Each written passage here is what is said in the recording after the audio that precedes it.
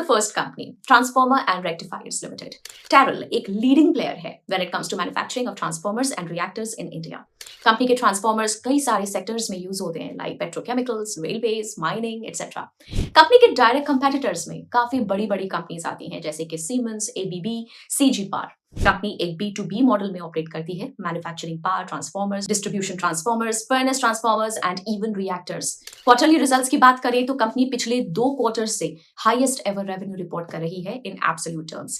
Quarter 3 of financial year 25 की बात करें तो ईयर ऑन ईयर रेवेन्यू में 51%, एबिटा में 121% और नेट प्रॉफिट में 252% की ग्रोथ देखने को मिली है। लेकिन ऐसे ग्रोथ के पीछे ट्रिगर्स क्या थे? क्वार्टर 3 ऑफ फाइनेंशियल ईयर 25 की बात करें तो कंपनी को 631 करोड़ के नए ऑर्डर्स मिले हैं और order book around 3686 crore rupees की है।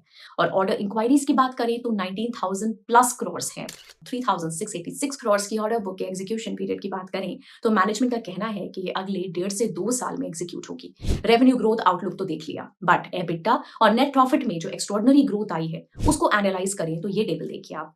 एबिटा में 134% और मार्जिन्स में 600 बीपीएस की ग्रोथ देखने को मिली है। इसके पीछे का रीजन है efficiency in cost of materials consumed जो 327 बीपीएस से इंप्रूव हुए और अदर एक्सपेंसेस भी 100 बीपीएस से इंप्रूव हुए हैं। बट क्या इसके पीछे कुछ रीजन रहा होगा from business point of view? जी हाँ, कंपनी ने 100% बैकवर्ड इंटीग्रेशन अचीव कर लिया है with CRGO processing. Backward integration यानी कि जब कंपनी अपने प्रोडक्ट्स के लिए रॉ मटेरियल भी खुद बनाने लगे, जिसके चलते मार्जिन्स 4% से इंप्रूव होंगे। फाइनेंस कॉस्ट एंड डेप्रिसिएशन में म्यूटेड इंक्रीज रहने के चलते एबिटा ग्रोथ डायरेक्टली ट्रांसलेट हुई टुवर्ड्स नेट प्रॉफिट ग्रोथ और नेट प्रॉफिट मार्जिन्स भी ईयर ऑन ईयर अच्छे इंप्रूव हुए हैं फ्रॉम 4% टू 10%।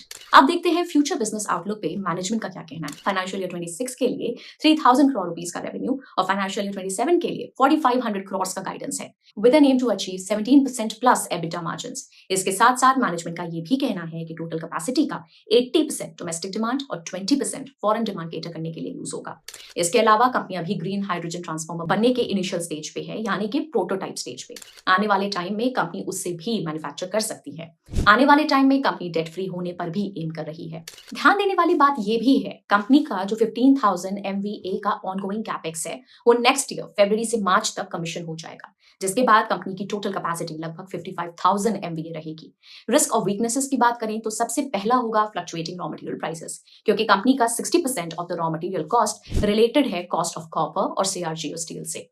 अगर उनके प्राइसेस में अनयूजुअल वॉलेटिलिटी देखने को मिली तो इससे कंपनी के रॉ मटेरियल प्राइसेस इंपैक्ट होंगे, जो फिर बॉटम लाइन को इंपैक्ट करेंगे। दूसरा रिस्क वैल्यूएशन रिलेटेड